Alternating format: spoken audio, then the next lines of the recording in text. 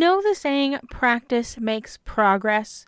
That rings true for our students in the math classroom because students need intentional math practice on a regular basis to boost their mastery over math skills. But why not make it fun by turning it into a game? In today's episode, we are joined by Asia Hines, who is going to give us the rundown on how to play Ghost in the Graveyard. Let's get started. Welcome to Solving for the Undefined podcast. I'm your host, Johanna, founder of Miss Kuiper's Classroom, the place that equips teachers in creating a healthy math classroom where students can thrive, no matter their academic abilities.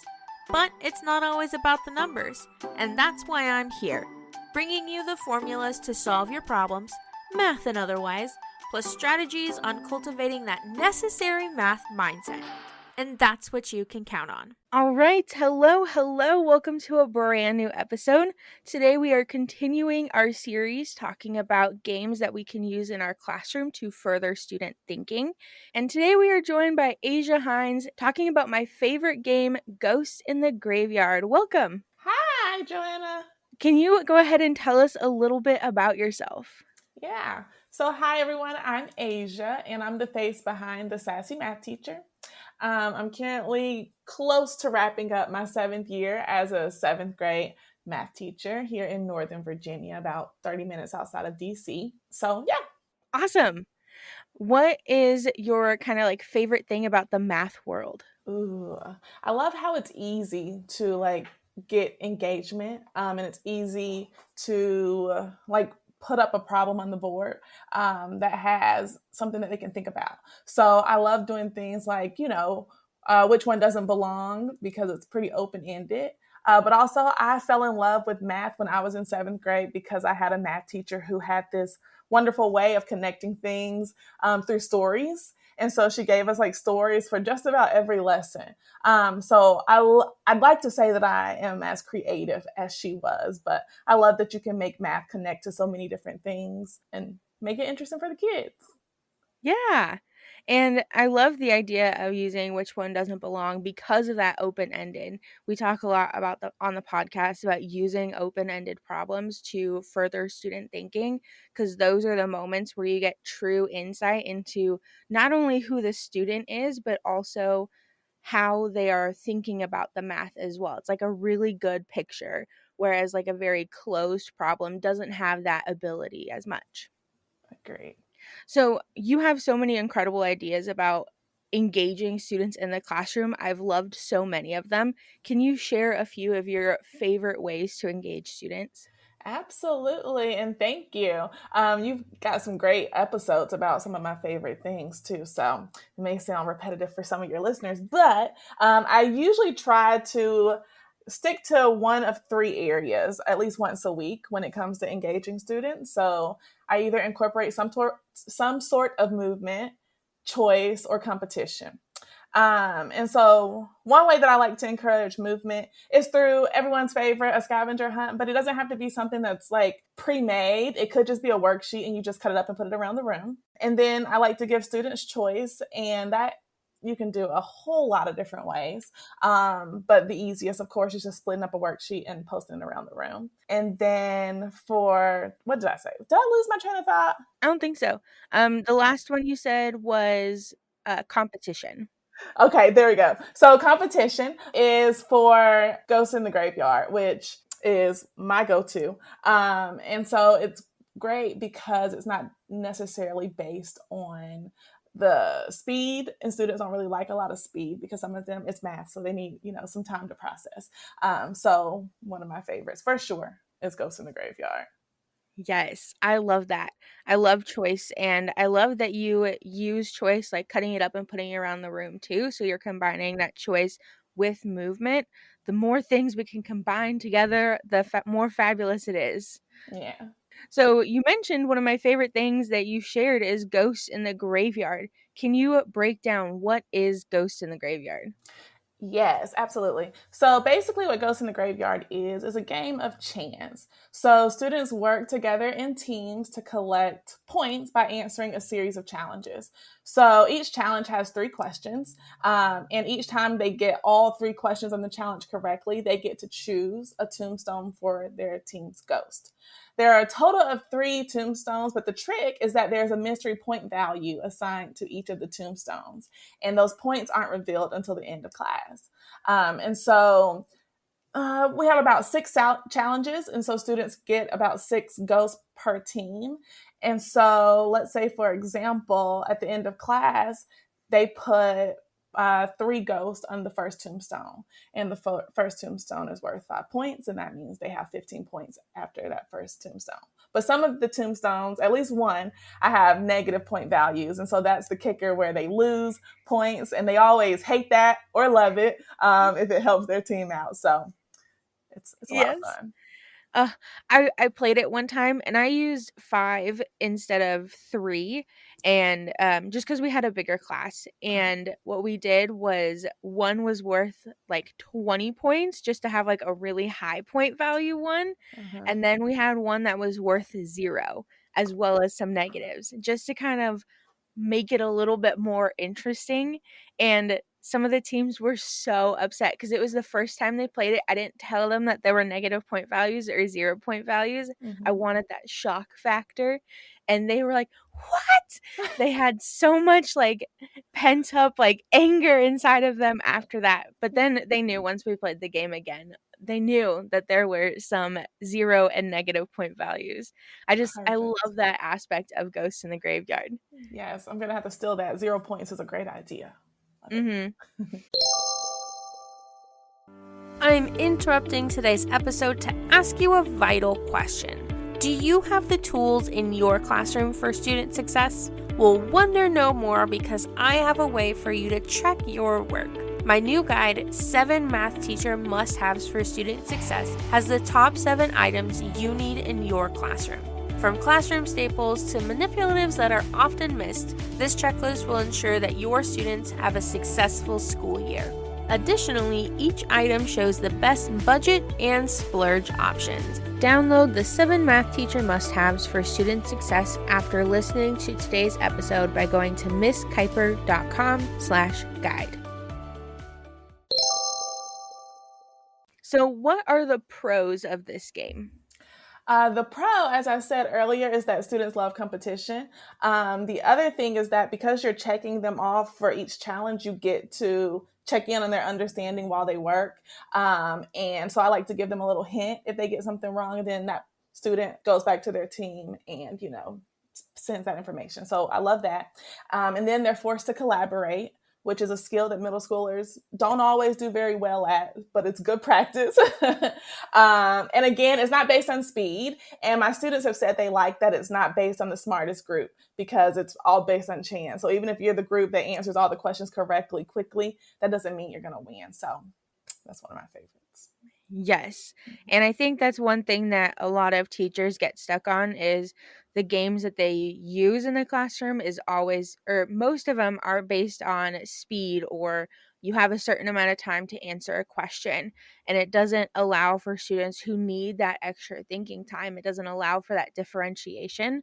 But a game like Ghost in the Graveyard, like you said, allows for students to work through something at their own speed, and they still have the possibility of winning because, like you said, it's based on chance, not on the speed of their math abilities. And I think that's super crucial to help students who even have like math anxiety feel Mhm. more comfortable and feel safe, because students can't do math if they don't feel safe. So true.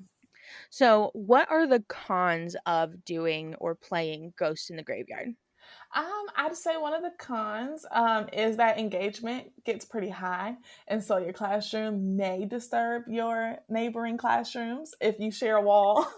I know for me, we have like one of those magnetic walls in between. So noise travels really easily. So I try to make sure I don't do it on the day when they're testing. But yeah, it can get kind of loud. And the only other con is sometimes the line can get a little backed up with the students getting their papers checked. So I've developed a better system over time with that. And it works really well when I have my math coach in the room because they can also get their papers checked with her. So that's the only other downside since. Nice. We used to have those like very flimsy walls in our building as well. Oh, they were terrible. We had Mm-hmm. it was like the accordion walls for us. And I remember before we got construction this past summer, one of the accordions wouldn't close all the way, and so we had like a 2-foot gap in between the classrooms that we could do nothing about. It was insane. Wow. Yep. So, like, talk about noise level was awful. I can't even imagine. Yeah. Wow. Yeah. But what a great problem to have. Students Mhm. are highly engaged, and so it has so much noise because they're collaborating and having so much fun. Yeah. Yeah. So tell us about the variations you've created because I feel like I had never even considered doing anything other than like tombstones with ghosts. You've Uh-huh. gotten so creative with it. I have, and shout out to my students giving me ideas and teachers on Instagram who requested it. So, yeah, we've gotten a little creative. So, Ghost in the Graveyard is the original, and then I have turkeys in the oven for Thanksgiving. For winter, I have snowflakes on the roof. New Year's, stars in the party hat. St. Patrick's Day, pots of gold. So, they're putting, gold in a pot. And then flowers in the garden for the springtime. And at some point, I hope to make one for Valentine's Day and maybe Christmas as well. So, we'll see.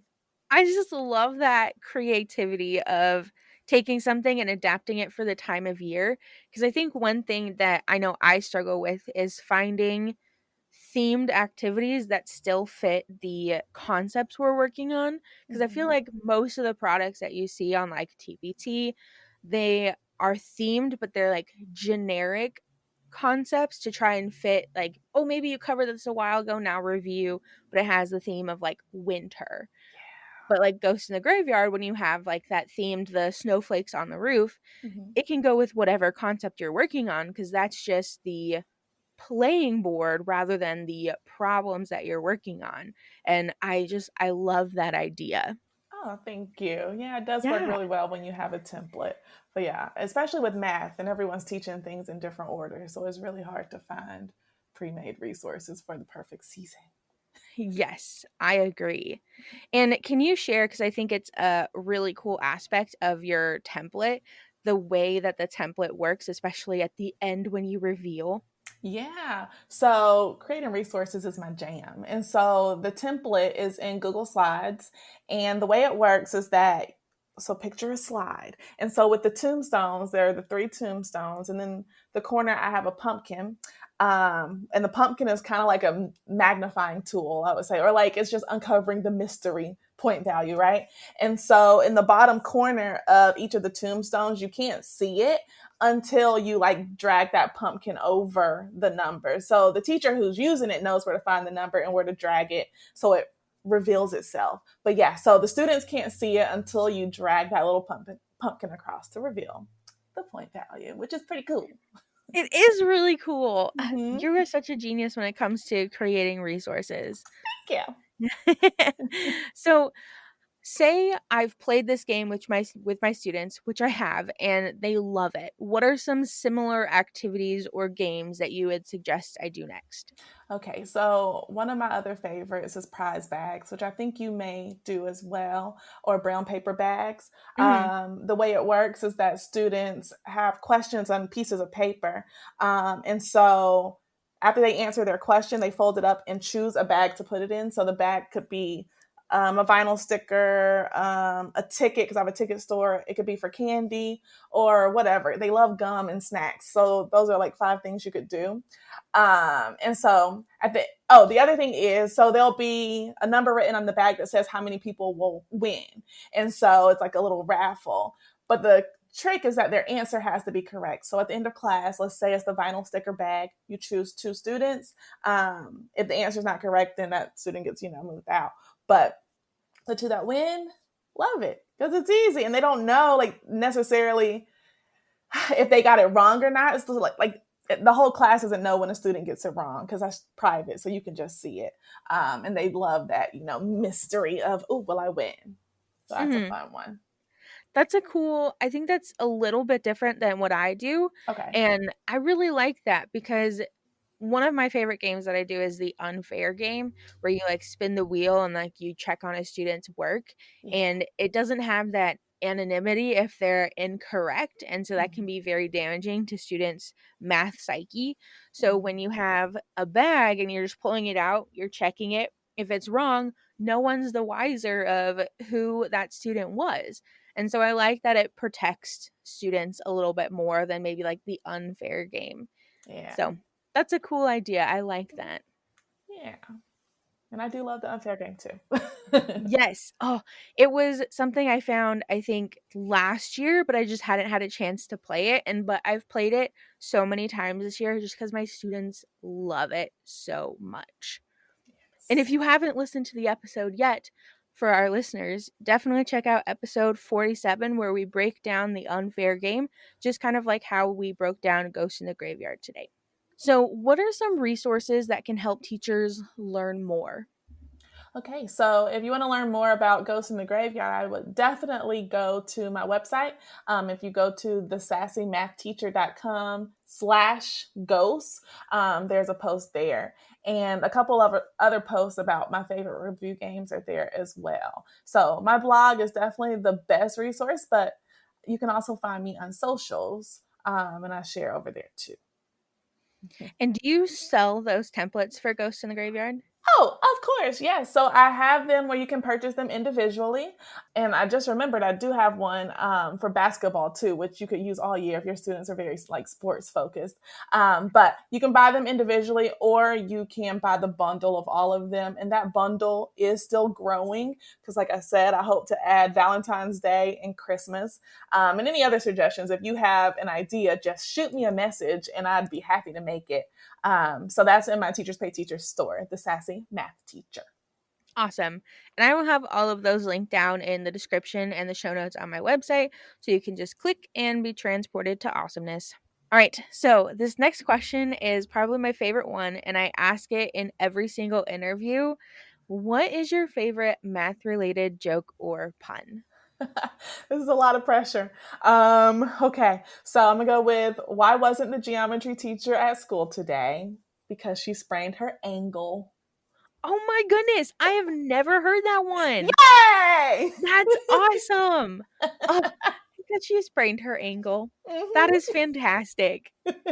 Like when we just wrapped up learning about ankles, so it's perfect timing. Nice. Yes, it is. Perfect timing. Mhm. All right. So tell the people where they can find you and learn more about who you are and all that you share. Okay, so you can primarily find me on Instagram and TikTok. Instagram, I'm the sassy teacher, no math. And then TikTok is the sassy math teacher. Awesome. Yeah. And definitely please follow Asia. It is so much fun seeing everything that she shares.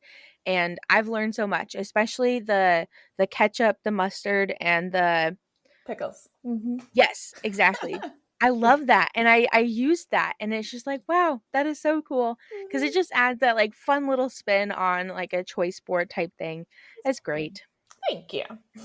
Well, thank you so much for sharing your expertise today. I appreciate it. Thank you for having me. This was fun. Yes, it was.